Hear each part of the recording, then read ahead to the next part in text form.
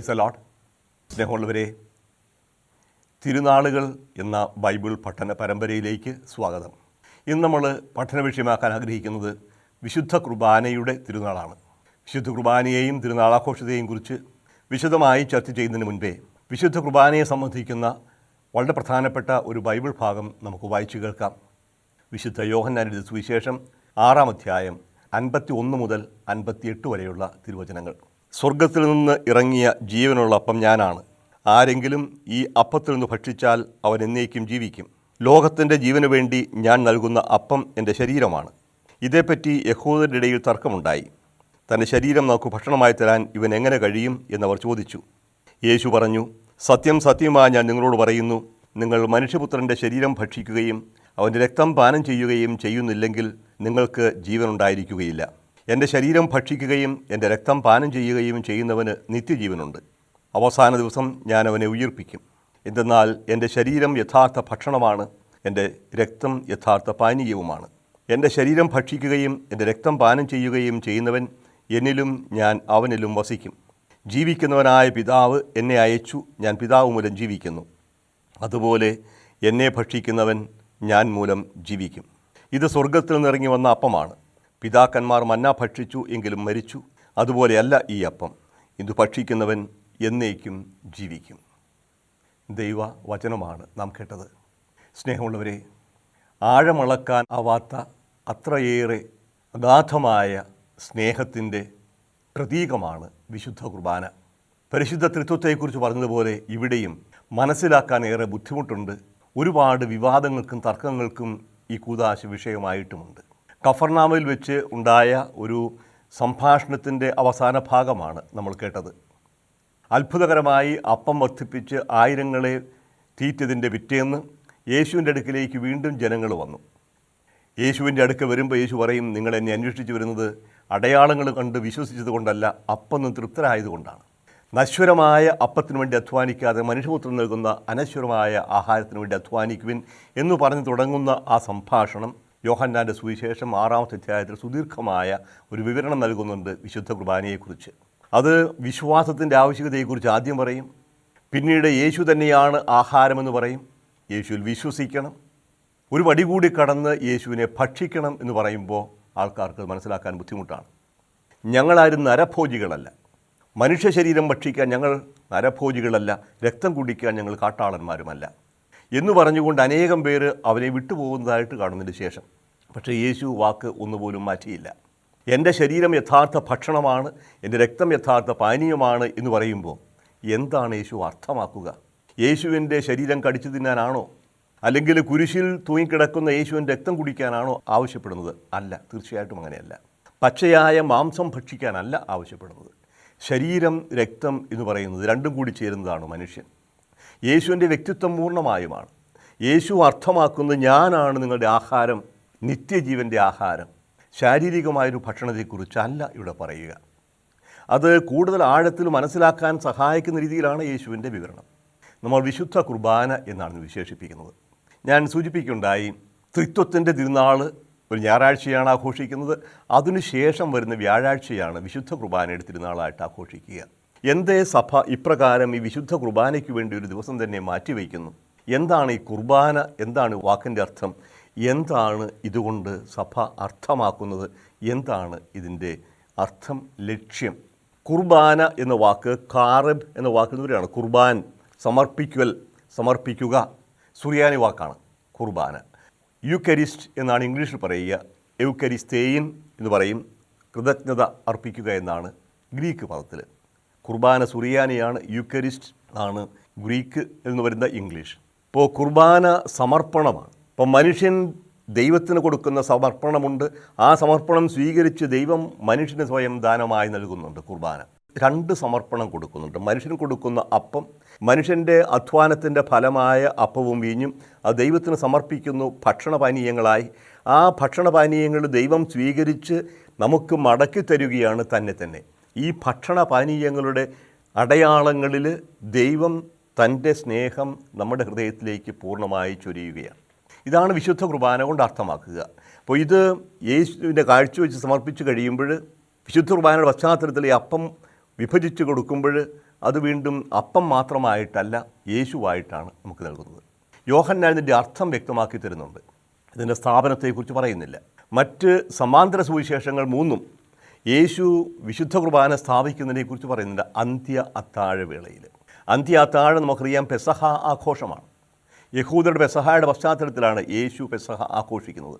നമ്മൾ പെസഹായെക്കുറിച്ച് പറഞ്ഞപ്പോൾ അത് വിശദമായിട്ട് കാണുകയുണ്ടായി. പെസഹ ഭക്ഷണം, പെസഹ കുഞ്ഞാടിനെ ബലിയർപ്പിക്കുകയും ആ കുഞ്ഞാടിൻ്റെ മാംസം ചുട്ടു തിന്നുകയും ചെയ്യുന്നുണ്ട്. അതുപോലെ തന്നെ പെസഹായുടെ അന്ന് പുളിപ്പില്ലാത്ത അപ്പം ഭക്ഷിക്കുന്നുമുണ്ട്. പെസഹ കുഞ്ഞാട്, പുളിപ്പില്ലാത്ത അപ്പം, ഇത് രണ്ടും കൂടി ചേർന്നുകൊണ്ടാണ് പെസഹ ആഘോഷിക്കുക. അപ്പോൾ യേശു ഈ 2 പ്രതീകങ്ങളും കൂടി ഏറ്റെടുക്കുകയാണ്. പുളിപ്പില്ലാത്ത അപ്പം എടുത്ത് ആ അപ്പം മുറിച്ചുകൊണ്ട് പറയും, ഇത് നിങ്ങൾക്ക് വേണ്ടി വിഭജിക്കപ്പെടുന്ന എൻ്റെ ശരീരമാണ്. എപ്രകാരം കുഞ്ഞാടിനെ വിഭജിച്ച് ഭക്ഷണമായി കൊടുത്തുവോ അതുപോലെ ഞാൻ എന്നെ തന്നെ നിങ്ങൾക്ക് വേണ്ടി വിഭജിച്ച് തരുകയാണ് അടയാളങ്ങളിലൂടെ. അതിനുശേഷം പാനപാത്രം എടുത്തുകൊണ്ട് പറഞ്ഞു, ഇത് നിങ്ങൾക്ക് വേണ്ടി ചിന്തപ്പെടുന്ന പുതിയ ഉടമ്പടിയിലെ എൻ്റെ രക്തമാണ്. ഇത് ഞാൻ തന്നെയാണ് നിങ്ങൾക്ക് വേണ്ടി പൂർണ്ണമായി സമർപ്പിക്കുന്ന എൻ്റെ വ്യക്തിത്വം. അടയാളങ്ങളിലൂടെ ഒരു കൂദാശയായി, കൂദാശ എന്ന അടയാളം എന്നാണല്ലോ അർത്ഥം, യാഥാർത്ഥ്യം ഉൾക്കൊള്ളുന്ന അടയാളം, അതാണ് കൂദാശ അടയാളം. അപ്പോൾ അപ്പത്തിൻ്റെയും വീഞ്ഞിൻ്റെയും അടയാളങ്ങളിലൂടെ യേശു തന്നെ നമുക്ക് സമർപ്പിക്കുകയാണ് ദാനമായി, ഭക്ഷണമായി. അടയാളങ്ങളിലൂടെ പെസഹാ ദിവസം വ്യാഴാഴ്ച രാത്രിയിൽ ചെയ്തത് പിറ്റേ ദിവസം ഉച്ചയായപ്പോഴേക്കും കുരിശിൽ ഒരു യാഥാർത്ഥ്യമായി സമർപ്പിക്കപ്പെടുകയുണ്ടായി. കുരിശിൽ തറയ്ക്കപ്പെട്ടവൻ്റെ ശരീരം തകർക്കപ്പെട്ടു, അവൻ്റെ രക്തം വാർന്നൊഴുകി. ഇങ്ങനെ അടയാളങ്ങളിലൂടെ നമുക്ക് നൽകിയത് പിറ്റേ ദിവസം യാഥാർത്ഥ്യമായി നൽകപ്പെട്ടു. രണ്ടും കൂടി ചേരുന്നതാണ് വിശുദ്ധ കുർബാന. നമുക്ക് നിത്യജീവൻ നൽകുന്നതിന് വേണ്ടി ആഹാരമായി നൽകിയത്. ഇത് മനസ്സിലാക്കണമെന്നുണ്ടെങ്കിൽ ഇതിൻ്റെ പശ്ചാത്തലത്തിലേക്ക് കൂടി കടന്നു പോകുന്നത് നല്ലതാണ്. എങ്ങനെയാണ് ഈ ആഹാരം നമ്മൾ മനസ്സിലാക്കുക? ദൈവം ഏതെങ്കിലും തരത്തിൽ ഇതിനു വേണ്ടി മനുഷ്യനെ ഒരുക്കിയിട്ടുണ്ടോ? തീർച്ചയായിട്ടുമുണ്ട്. ഇത് നിങ്ങൾക്ക് വേണ്ടി, നിങ്ങൾക്ക് ജീവൻ ഉണ്ടാകാൻ വേണ്ടി നൽകുന്ന ശരീരമാണെന്ന് പറയുന്ന യേശു സൂചിപ്പിക്കുന്ന മറ്റു ചില യാഥാർത്ഥ്യങ്ങളുണ്ട്. ഉൽപ്പത്തി പുസ്തകത്തിൻ്റെ 2-ാമത്തെ അധ്യായത്തിൽ പറഞ്ഞു വയ്ക്കും, അവിടെ ജീവൻ്റെ വൃക്ഷമുണ്ടായിരുന്നു. 3-ാമത്തെ അധ്യായത്തിലേക്ക് വരുമ്പോൾ നന്മതിന്മയുടെ അറിവിൻ്റെ വൃക്ഷത്തിൽ നിന്ന് ഭക്ഷിച്ച് ദൈവമാകാൻ ശ്രമിച്ചു പാപത്തിൽ അകപ്പെട്ടു പോയവൻ ഇനി ജീവൻ്റെ വൃക്ഷത്തിൽ നിന്ന് ഭക്ഷിക്കാതിരിക്കാൻ വേണ്ടി അവനെ പുറത്താക്കി എന്നാണ് ഉൽപ്പത്തി പുസ്തകം 3-ാമത്തെ അധ്യായത്തിൽ പറയുക. ജീവൻ്റെ വൃക്ഷത്തിലേക്കുള്ള വഴി സൂക്ഷിക്കാനായി കെറൂബുകളെ ഏർപ്പെടുത്തി കറങ്ങിക്കൊണ്ടിരിക്കുന്ന അഗ്നിജ്വലിക്കുന്നൊരു വാളും അവിടെ സ്ഥാപിച്ചു. ഇനി ജീവനിലേക്കുള്ള വഴി അടയ്ക്കപ്പെട്ടിരിക്കുന്നു. അപ്പോൾ ജീവനിലേക്കുള്ള വഴി അടയ്ക്കപ്പെട്ടിരിക്കുന്നു പാപം വഴി. അവർ പരദീസയ്ക്ക് പുറത്തായി എന്ന് പറയുമ്പോൾ ദൈവവുമായുള്ള ബന്ധം വിച്ഛേദിക്കപ്പെട്ടു എന്നാണ് അർത്ഥമാവുക.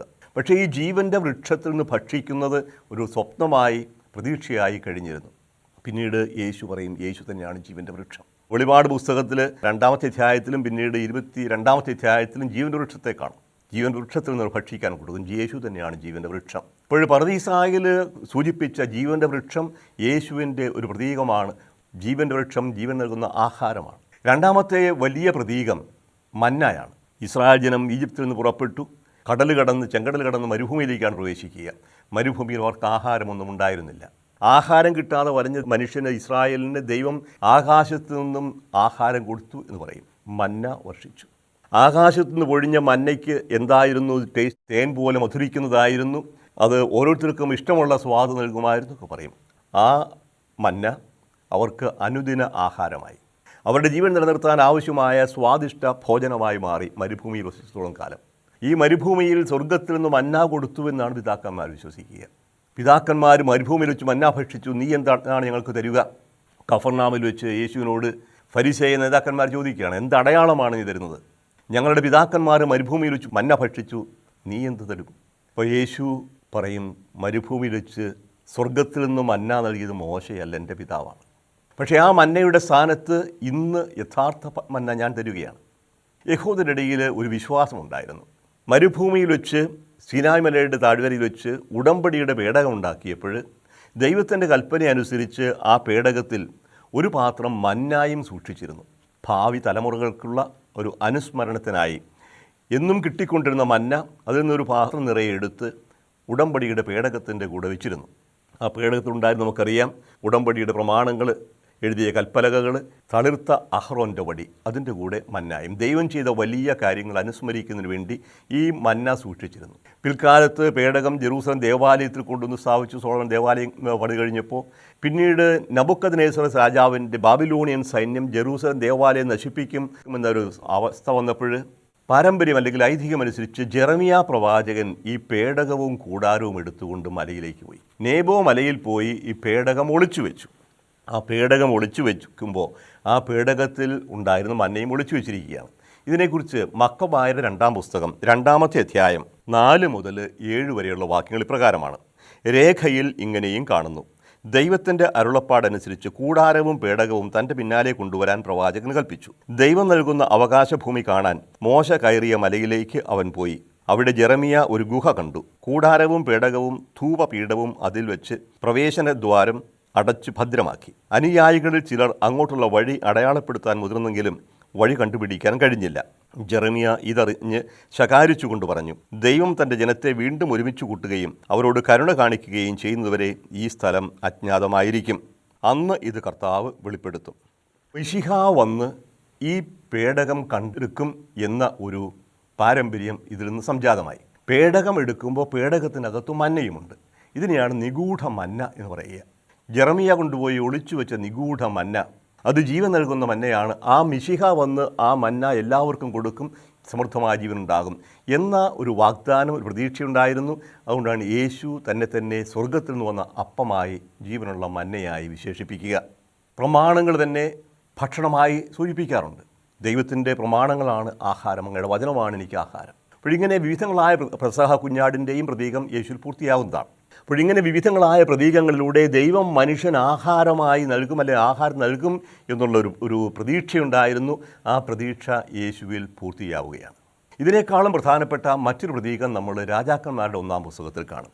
രാജാക്കന്മാരുടെ 1-ാം പുസ്തകം 19-ാമത്തെ അധ്യായത്തിൽ ഏലിയ പ്രവാചകനെ സംബന്ധിച്ച ഒരു കാര്യം രേഖപ്പെടുത്തുന്നുണ്ട്.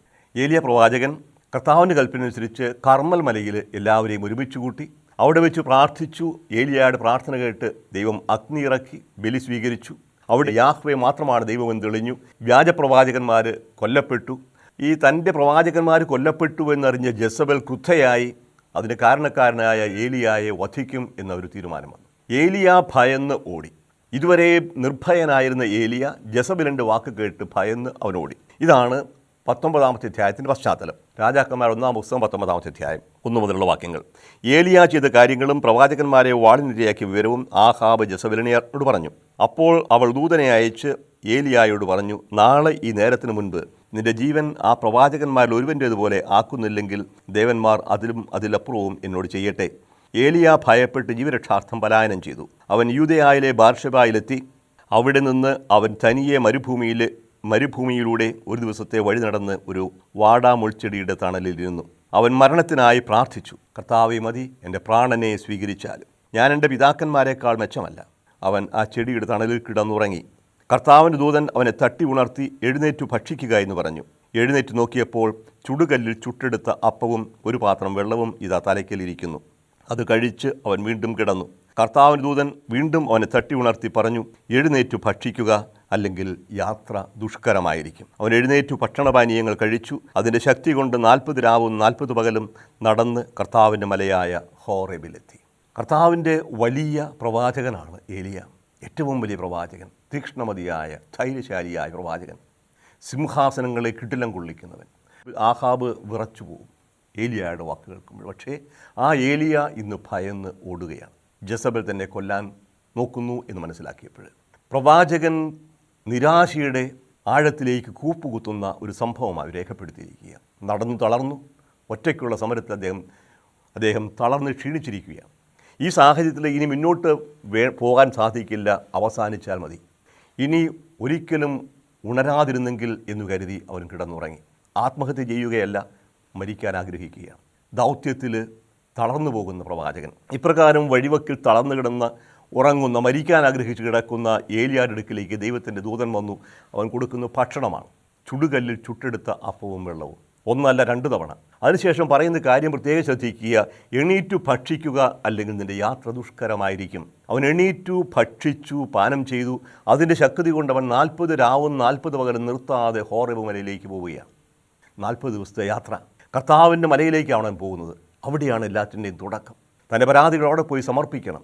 അങ്ങോട്ടുള്ള യാത്രയിൽ അദ്ദേഹത്തിന് ശക്തി നൽകുന്നത് സ്വർഗത്തിൽ നിന്ന് കിട്ടിയ ഈ അപ്പമാണ്. ഇതും വരാനിരുന്ന വിശുദ്ധ കുർബാനയുടെ പ്രതീകമായി കാണാം. പിതാവിൻ്റെ പക്കലേക്ക് യാത്ര ചെയ്യുന്ന നമ്മളെല്ലാവരും യാത്രാമധ്യേ ഏലിയായ്ക്ക് സംഭവിച്ച പോലെ ക്ഷീണിച്ച് തളർന്ന് നിരാശപ്പെട്ടു പോയെന്ന് വരാം. ജീവിതത്തിലുണ്ടാകുന്ന പരാജയങ്ങൾ, ജീവിതത്തിലുണ്ടാകുന്ന സംഘട്ടനങ്ങൾ, എതിർപ്പുകൾ എല്ലാം നമ്മളെ തളർത്തിക്കളഞ്ഞെന്ന് വരാം. ഇനി മുന്നോട്ട് ഒരടി പോലും വയ്ക്കാൻ സാധിക്കില്ല എന്ന് തോന്നുന്ന അവസരങ്ങളുണ്ടായെന്ന് വരാം. പരാജയബോധം, കുറ്റബോധം, പാപബോധം, നഷ്ടബോധം എല്ലാം തളർന്നു തകർന്നു മതി. ഇനി ഒരിക്കലും ഈ രാത്രി വെളുക്കാതിരുന്നെങ്കിൽ, ഇനി ഒരിക്കലും എൻ്റെ കണ്ണ് തുറക്കാതിരുന്നെങ്കിൽ എന്ന് വിചാരിക്കുന്ന സമയവും ഉണ്ടായി എന്ന് വരാം ജീവിതത്തിൽ. പക്ഷെ ഓർക്കണം, അവിടെ ഏലിയായ്ക്ക് കൊടുത്ത അപ്പം ഇന്ന് നമുക്ക് തരികയാണ്.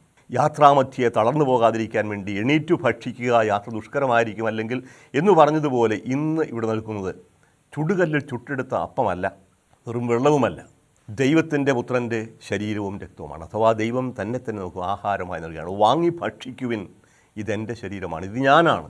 വാങ്ങി കുടിക്കുവിൻ, ഇതെൻ്റെ രക്തമാണ്. ഈ രക്തം പുതിയ ഉടമ്പടിയുടെ രക്തമാണ് എന്ന് പറഞ്ഞാൽ ദൈവം നമ്മെ എന്നേക്കുമായി സ്വീകരിച്ചിരിക്കുന്നു, ഒരിക്കലും കൈവിടുകയില്ല, ഒരിക്കലും ലംഘിക്കുകയില്ല എന്ന് ഉറപ്പു തരുന്നതിന് വേണ്ടി സ്വന്തം പുത്രനെ തന്നെ നമുക്ക് നൽകിയിരിക്കുകയാണ്. ദൈവസ്നേഹത്തിൻ്റെ ഏറ്റവും വലിയ അടയാളം. അവൻ വിശ്വസിക്കുന്ന ആരും നശിച്ചു പോകാതെ നിത്യജീവൻ പ്രാപിക്കുന്നതിന് വേണ്ടി തൻ്റെ ഏകജാതൻ നൽകാൻ മാത്രം ദൈവം ലോകത്തെ അത്രയേറെ സ്നേഹിച്ചു. ആ വലിയ സ്നേഹത്തിൻ്റെ ആഴമാണ് വാസ്തവത്തിൽ വിശുദ്ധ കുർബാനയിൽ നമ്മൾ കാണുക. അന്ത്യ അത്താഴവേളയിൽ അനേകം പ്രതീകങ്ങളിലൂടെ നമുക്ക് മുൻകൂട്ടി നൽകിയതാണ്. അവസാനം അപ്പം വർദ്ധിപ്പിക്കുന്നതിനോടുകൂടി യേശു കൊടുക്കുന്ന വലിയ വിശദീകരണവും ഇതുതന്നെയാണ്. എന്താണ് ഈ അപ്പം? എങ്ങനെയാണ് ഇത് സ്വീകരിക്കേണ്ടത്? ഈ സ്വീകരിക്കുന്ന വ്യക്തികളിൽ നിന്ന് സംഭവിക്കുന്നു. അത് സുവിശേഷങ്ങളിലും അപ്പസ്തോലന്മാരുടെ ലേഖനങ്ങളിലും നമുക്ക് കാണാൻ സാധിക്കും. വിശുദ്ധ കുർബാനയുടെ സ്ഥാപനത്തെക്കുറിച്ച് ഞാൻ പറയുകയുണ്ടായി. അന്ത്യത്താഴ്വേളയിലാണ് സ്ഥാപിക്കുക. യോഹന്നാന്റെ സുവിശേഷത്തിൽ വിശുദ്ധ കുർബാനയുടെ സ്ഥാപനത്തെക്കുറിച്ച് പറയുന്നില്ല, അതിൻ്റെ അർത്ഥം 6-ാമത്തെ അധ്യായത്തിൽ വ്യാഖ്യാനിക്കുന്നുണ്ട്. അതേസമയം പെസഹ ദിവസം യേശു ശിഷ്യന്മാരുടെ പാദം കഴുകുന്നതിനെക്കുറിച്ച് യോഹന്നാൻ പറയുന്നുണ്ട്. നമ്മളിതിനെക്കുറിച്ച് വിശദമായി പെസഹ തിരുനാൾ കണ്ടതാണ്. പാദം കഴുകുന്നതിലൂടെ യേശു പ്രതീകാത്മകമായ ഒരു പ്രവർത്തനം ചെയ്യുകയായിരുന്നു നമ്മൾ കണ്ടു കഴിഞ്ഞു. ആ പ്രതീകാത്മക പ്രവൃത്തി ഇതാണ്. യേശു കുരിശിൽ ചിന്തുന്ന രക്തം, ആ ഹൃദയരക്തം കൊണ്ട് നമ്മളെ തന്നെ കഴുകി ശുദ്ധീകരിക്കുന്നു എന്നതിൻ്റെ അടയാളമാണ് ശിഷ്യന്മാരുടെ മുമ്പിൽ അടിമയെപ്പോലെ മുട്ടുകുത്തി അവരുടെ പാദങ്ങൾ കഴുകി തുടയ്ക്കുന്നത്. അപ്പോൾ കഴുകി തുടയ്ക്കുന്ന, പാദം കഴുകി തുടയ്ക്കുന്ന വാസ്തവത്തിൽ ഹൃദയ ശുദ്ധി വരുത്തുന്നതാണ്. ഹൃദയരക്തം കൊണ്ട് നമ്മളെ കഴുകി ശുദ്ധീകരിക്കുന്നതാണ്. കുഞ്ഞാടിൻ്റെ രക്തത്തിൽ വസ്ത്രം കഴുകി വെളുപ്പിച്ചവരെക്കുറിച്ച് വെളിപാട് പുസ്തകത്തിൽ കാണും. അപ്പോൾ യേശു നമ്മളെ തന്നെ കഴുകി ശുദ്ധീകരിക്കുന്നു. അതിൻ്റെ തന്നെ മറുഭാഗമാണ് ആഹാരമായി നൽകുന്നു. വാങ്ങി ഭക്ഷിക്കുവിൻ, ഇത് നിങ്ങൾക്ക് വേണ്ടി വിഭജിക്കപ്പെടുന്ന എൻ്റെ ശരീരമാണ്. നിങ്ങൾ എൻ്റെ ഓർമ്മയ്ക്ക് വേണ്ടി ചെയ്യുവിൻ യേശു പറഞ്ഞു. നിങ്ങൾ ഒരുമിച്ച് കൂടുമ്പോൾ എൻ്റെ ഓർമ്മയ്ക്ക് വേണ്ടി ചെയ്യണം. അങ്ങനെയാണ് വിശുദ്ധ കുർബാന സ്ഥാപിക്കുക. നമ്മളാരും വഴിയിൽ തളർന്നു പോകാൻ പാടില്ല. ദൈവം നമുക്ക് ആഹാരമായി തീരുകയാണ്. നമുക്കറിയാം, യേശു ദൈവത്തിൻ്റെ പുത്രൻ മനുഷ്യനായി അവതരിച്ച പട്ടണം ബേത്ത് ലെഹം എന്നാണ് അറിയപ്പെടുന്നത്. ബേത്ത് ലെഹം എന്ന വാക്കിൻ്റെ അർത്ഥം തന്നെ അപ്പത്തിൻ്റെ വീട് എന്നാണ്. അപ്പത്തിൻ്റെ വീട്ടിലാണ് അവൻ ജനിച്ചത്. അപ്പത്തിൻ്റെ വീട്ടിൽ ജനിച്ചവൻ കിടന്നത് കന്നുകാലികൾക്ക് തീറ്റി സൂക്ഷിക്കുന്ന പുൽത്തൊട്ടിയിലാണ്. ബേത്ത്ലേഹത്ത് പുൽത്തൊട്ടിയിൽ കിടക്കുന്നവൻ അവനാണ് പറയുക, ഞാനാണ് അപ്പം, ജീവൻ്റെ അപ്പം, ഞാനാണ് സ്വർഗത്തിൽ നിന്നിറങ്ങി വന്ന ജീവനുള്ള അപ്പം, നിഗൂഢമായ മന്ന. മരുഭൂമിയിൽ വെച്ച് പിതാക്കന്മാരും ഭക്ഷിച്ചു മരിച്ചതുപോലെയല്ല ഈ അപ്പം ഭക്ഷിക്കുന്നവൻ എന്നേക്കും ജീവിക്കും. എന്തു ചെയ്യണം ഈ അപ്പം ഭക്ഷിക്കാൻ? ആദ്യമേ വിശ്വസിക്കുക, യേശു ദൈവത്തിൻ്റെ പുത്രനാണെന്നും യേശുവിലൂടെ ദൈവം നമുക്ക് തന്നെ നൽകുകയാണെന്നും വിശ്വസിക്കുക. വിശ്വാസം കൂടാതെ നമുക്ക് ഈ അപ്പം ഭക്ഷിക്കാനാവില്ല, അല്ലെങ്കിൽ വെറും ഭക്ഷണമാവും. വിശുദ്ധ കുർബാന വിശ്വാസത്തോടെ സ്വീകരിക്കുന്ന വ്യക്തികൾ യേശുവിനെ തന്നെയാണ് സ്വീകരിക്കുക. ഈ വിശുദ്ധ കുർബാനയായി മാറുന്ന അപ്പം അത് യേശുവാണ് എന്നുള്ള ബോധ്യം ഒരുപക്ഷെ വിശ്വാസികളെക്കാൾ കൂടുതൽ ഇന്ന് സാത്താൻ വിശ്വാസികൾക്കുണ്ട്. അതുകൊണ്ടാണല്ലോ സൈറ്റൻ വർഷിപ്പ്, സാത്താൻ ആരാധനക്കാർ വിശുദ്ധ കുർബാന എങ്ങനെയെങ്കിലും മോഷ്ടിക്കാൻ ശ്രമിക്കുന്നത്. ദേവാലയത്തിൽ നിന്ന് മോഷ്ടിച്ചു കൊണ്ടുവരുന്ന വിശുദ്ധ കുർബാന അത് കൂദാശ ചെയ്താണോ അല്ലയോ എന്ന് ഈ സാത്താൻ ആരാധകർക്ക് തിരിച്ചറിയാമത്രേ. അപ്പോൾ സാത്താൻ വിശ്വസിക്കുന്നുണ്ട് യേശുവിൻ്റെ ശരീരവും രക്തവുമാണ് യേശുവാണെന്ന്. അതുകൊണ്ട് തന്നെയാണ് അവഹേളിക്കാനായിട്ട് ശ്രമിക്കുക. ഇത്രമാത്രം അവഹേളിക്കപ്പെടുന്ന മറ്റൊരു കൂദാശയും ഇല്ലെന്നാണ് തോന്നുക. വിശുദ്ധ കുർബാനയോട് ചെയ്യുന്ന അവഹേളനങ്ങൾ നമ്മൾ സ്ഥിരം കേൾക്കാറുള്ളതാണ്. ദൈവത്തിൻ്റെ ഏറ്റവും വലിയ സ്നേഹത്തിൻ്റെ അടയാളമായ കൂദാശ ഇത്രമാത്രം അവഹേളിക്കപ്പെടുന്നതിൻ്റെ കാരണം എന്താണ്? കാരണം സ്നേഹിക്കാൻ അറിയാത്ത, സ്നേഹത്തെ വെറുക്കുന്ന, സ്നേഹിക്കാൻ കഴിയാത്ത പൈശാചിക ശക്തി നമ്മുടെ സമൂഹത്തെ ബാധിച്ചിരിക്കുകയാണ്. ദൈവം സ്നേഹമാണെങ്കിൽ പിശാച് വിദ്വേഷമാണ്. മനുഷ്യഹൃദയത്തിൽ വിദ്വേഷം കുത്തിവെക്കുന്ന ദൈവമല്ല, പൈശാചിക ശക്തിയാണ്. അത് മതത്തിൻ്റെ പേരിലാണെങ്കിലും പാർട്ടിയുടെ പേരിലും ആകട്ടെ, മനുഷ്യനെ പരസ്പരം അടിപ്പിക്കുകയും കൊല്ലാൻ പ്രേരിപ്പിക്കുകയും ചെയ്യുന്ന ഒരിക്കലും ദൈവമല്ല, ദൈവത്തിൻ്റെ വിരുദ്ധമായി നിൽക്കുന്ന തിന്മയുടെ ശക്തിയായ സാത്താനാണ്. ഏത് മതത്തിൻ്റെ പേരിലാവട്ടെ, ഏതു പാർട്ടിയുടെ പേരിലാവട്ടെ, ഈ കൊലപാതകത്തിലേക്ക് നയിക്കുന്ന ദൈവമല്ല. അപ്പോൾ സ്നേഹത്തെ തിരസ്കരിക്കുന്ന ഒരു ശക്തിയാണ് ഇവിടെ. ഭാഗത്തുനിന്ന് സ്നേഹത്തിൻ്റെ ഏറ്റവും വലിയ പ്രകടനമാണ്. സ്നേഹം സ്വയം മുറിപ്പെടുത്താൻ തയ്യാറാവുകയാണ്. വൾനറബിലിറ്റി എന്ന് പറയും. മുറിവേൽക്കാൻ സന്നദ്ധമാവുകയാണ്, വിട്ടുകൊടുക്കുകയാണ്. മനുഷ്യൻ്റെ കരങ്ങളിലേക്ക് സ്വയം വെച്ചു കൊടുക്കുകയാണ്. മനുഷ്യനായി അവതരിച്ചപ്പോൾ കാണാനുണ്ടായിരുന്നു. പക്ഷേ ഇവിടെ കാറ്റിൽ പറക്കുന്ന, വെള്ളത്തിലലിയുന്ന ഒരു ചെറിയ അപ്പക്കഷണമാകാൻ മാത്രം ദൈവം തന്നെ എത്രയേറെ താഴ്ത്തി. ഇത്ര ചെറുതാകാൻ എത്ര വളരെയണം. എൻ്റെ സുഹൃത്ത് അച്ഛൻ എഴുതിയൊരു ഗാനമാണ്. ഇത്ര ചെറുതാകാൻ, മനുഷ്യരൂപമില്ല, കാണാനൊന്നുമില്ല, വിശ്വാസത്താൽ മാത്രം കാണാവുന്ന ഈ ചെറിയ അപ്പക്കഷണത്തിൽ ഈ പ്രപഞ്ചത്തെ എൻ്റെ മുഴുവനും വിധാതാവായ ദൈവമാണ് എന്ന് വിശ്വസിക്കുകയല്ലാതെ നമുക്ക് മാർഗമില്ല. പക്ഷേ ഈ വിശ്വാസം നമുക്ക് വലിയൊരു ശക്തിയുണ്ട്. നമ്മുടെ ജീവിതയാത്രയിൽ നമ്മൾ ഒരിക്കലും തളർന്നു പോകരുത്. നിങ്ങൾക്ക് ഞാൻ ആഹാരമായി തരും, എന്നെ ഭക്ഷിക്കുവിൻ. ലത്തീനൊരു വാക്കുണ്ട്, വിയാത്തേക്കും വയാറ്റിക്കും എന്ന് പറയും. പാഥേയം എന്നാണ് നമ്മൾ മലയാളത്തിൽ തർജ്ജമ ചെയ്യുക. പാഥേയം, തിരുപ്പാഥേയം. പാഥേയം എന്ന വഴിക്ക് ഉള്ള ചോറാണ്, വഴിച്ചോറ്, പൊതിച്ചോറാണ്. നിത്യ ജീവനിലേക്ക് യാത്ര ചെയ്യുന്ന ഞാൻ അന്ത്യമായും സ്വീകരിക്കുന്നത് ഈ പാഥേയമാണ്. വിശുദ്ധ കുർബാന പാഥേയമായി തീരും. ഇത് കൊലച്ചോറ് പോലെയായിരുന്നു ആരംഭകാലത്ത്. മരിക്കാൻ പോകുന്നതിന് അവസാനമായി കൊടുക്കുന്ന ആഹാരമായിരുന്നു വിശുദ്ധ കുർബാന. രക്തസാക്ഷികൾ ഈ രക്തസാക്ഷിത്വം വഹിക്കാനായിട്ടുള്ള, രക്തം ചിന്താനുള്ള ശക്തി ആർജിച്ചിരുന്നതും ഈ തിരുപ്പാഥേയത്തിൽ നിന്നാണ്. വിശുദ്ധ കുർബാന സ്വീകരിച്ചുകൊണ്ട് ശക്തിയോടെ അവർ മുന്നോട്ട് പോകുമായിരുന്നു. നിങ്ങൾ എൻ്റെ ഓർമ്മയ്ക്ക് വേണ്ടി ചെയ്യുവൻ. ഈ ഓർമ്മയാണ്. ഒരുമിച്ച് കൂടുമ്പോൾ എൻ്റെ ഓർമ്മയ്ക്ക് വേണ്ടി ചെയ്യണം. ശിഷ്യന്മാർ അതാണ് ചെയ്തിരുന്നത്. അവർ ഒരുമിച്ച് കൂടുമ്പോൾ യേശു ചെയ്ത കാര്യങ്ങൾ അനുസ്മരിക്കും. യേശു എപ്രകാരമാണ് സ്നേഹിച്ചത്, തൻ്റെ അവസാനം വരെ സ്നേഹിച്ചു. ആ സ്നേഹം അതിൻ്റെ പൂർണ്ണതയിൽ ഇന്ന് ഇവിടെ വിശുദ്ധ കുർബാനയിൽ അപ്പമായി തീർന്നുകൊണ്ട് യാഥാർത്ഥ്യമാക്കുന്നു. അതുകൊണ്ടാണ് അവർ ഒരുമിച്ച് കൂടുന്നു, അപ്പം മുറിക്കാനായിട്ട് ഒരുമിച്ച് കൂടും. ആ ഒരുമിച്ച് കൂടുന്ന വ്യക്തികൾ ഒരു സമൂഹമായിരിക്കും, ഐക്യപ്പെടും. സമൂഹത്തെ മുഴുവൻ ഒന്നിപ്പിക്കുന്നതാണ്. അനേകം ധാന്യമണികൾ ചേർന്നൊരു അപ്പമായി തീരുന്ന പോലെ അനേകം വ്യക്തികൾ മാത്രമല്ല, ഈ ലോകത്തെ മുഴുവനും ഒന്നിപ്പിക്കുന്ന ഒരു ശക്തിയായി മാറുന്നു വിശുദ്ധ കുർബാന. വിശുദ്ധ കുർബാന കേന്ദ്രമാണ്, ഐക്യത്തിൻ്റെ കേന്ദ്രമാണ്. എല്ലാവരെയും ഒന്നിപ്പിക്കുന്ന, എല്ലാവർക്കും ആഹാരമായി തീരുന്ന, നമ്മളെല്ലാവരും ശ്വസിക്കുന്ന വായു നമ്മളെ ഒന്നിപ്പിക്കുന്ന പോലെ ഈ വിശുദ്ധ കുർബാന നമുക്ക് ആഹാരമായി യേശു നമ്മളെ ഒന്നിപ്പിക്കുകയാണ്. അപ്പോൾ വിശുദ്ധ കുർബാനയുടെ തിരുനാൾ ആഘോഷിക്കുമ്പോൾ നമ്മൾ ചെയ്യുന്നത് ഏറ്റവും ആദ്യമായി ദൈവത്തിന് നന്ദി പറയുക. നമ്മുടെ ജീവിതം ഈ മരുഭൂമിയിൽ അഴിഞ്ഞു പോകാതെ നിത്യതയിലേക്ക് നയിക്കാനായി ദൈവം തന്നെ നമുക്ക് ആഹാരമായി തന്ന ആ വലിയ കൃപയ്ക്ക് നമുക്ക് നന്ദി പറയുക.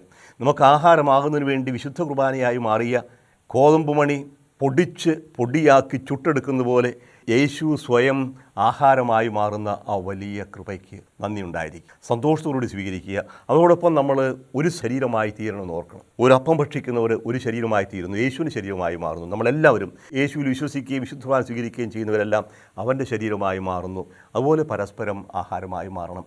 എൻ്റെ ഓർമ്മയ്ക്ക് വേണ്ടി ചെയ്യുവെന്ന് പറയുമ്പോൾ ഞാൻ നിങ്ങൾക്ക് വേണ്ടി എപ്രകാരം ആഹാരമായി മാറിയോ മറ്റുള്ളവർക്ക് വേണ്ടി നിങ്ങളും അങ്ങനെ ആയിത്തീരണം.